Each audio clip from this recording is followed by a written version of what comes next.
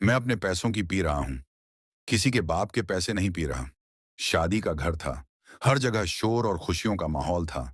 वाले, लेकिन लड़का आरव का गुस्से और नशे में होना इस खुशी के रंग को फीका कर रहा था। आज आज मेरी शादी है, समझे? मैं दबा के पीऊंगा, कोई मुझे रोकेगा नहीं। मैं अपने पैसों की पी रहा हूं, किसी के बाप के पैसे नहीं पी रहा। लड़की अनन्या, जो शादी के सपनों के साथ अपने नए जीवन की कल्पना कर रही थी, एक पल के लिए समझ नहीं पा रही थी कि क्या हो रहा है। मैं दबा के पीऊंगा, कोई मुझे रोकेगा नहीं। मैं अपने पैसों की पी रहा हूं, किसी के बाप के पैसे नहीं पी रहा। उसने हिम्मत करके अपने होने वाले सास ससुर से पूछा, आरव, ऐसा क्यों कर रहे हैं? क्या कोई गलती हुई?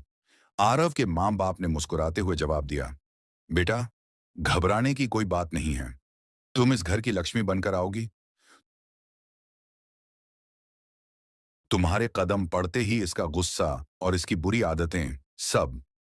अनन्या ने एक पल सोचा, फिर अपनी ऊंची आवाज में कहा, आप लोग मुझे क्या समझते हैं?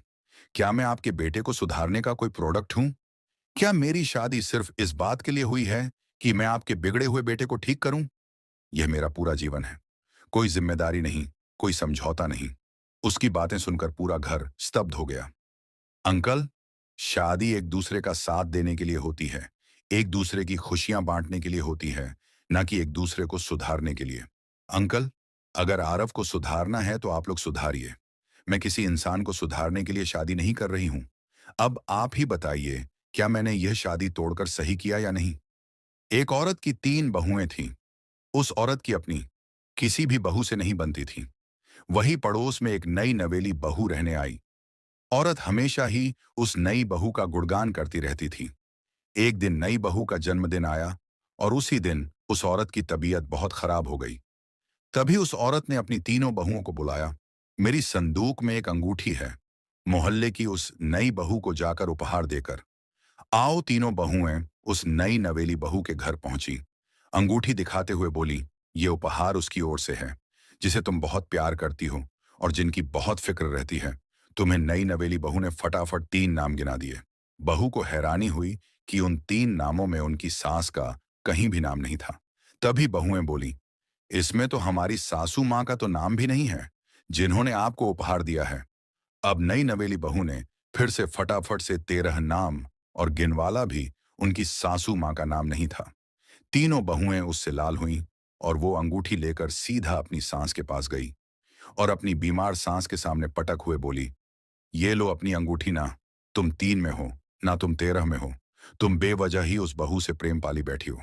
आजकल सभी घरों का हल यही है। अपने घर की बहुएं दुश्मन लगती हैं और दूसरे के घर प्यारी नजर आती हैं। बोलो रा। एक छोटी सी लड़की अपने पिता के साथ मेले में गई। वो जिद करने लगी, कभी खिलौनों के लिए, कभी आइसक्रीम के लिए और कभी चॉकलेट के लिए। अचानक मेले की भीड़ में उसका हाथ अपने पिता के हाथ से छूट गया। जब उसने अपने पास पिता को नहीं देखा तो वो जोर जोर से रोने लगी। उस समय उसके आसपास बहुत से लोग इकट्ठा हो गए।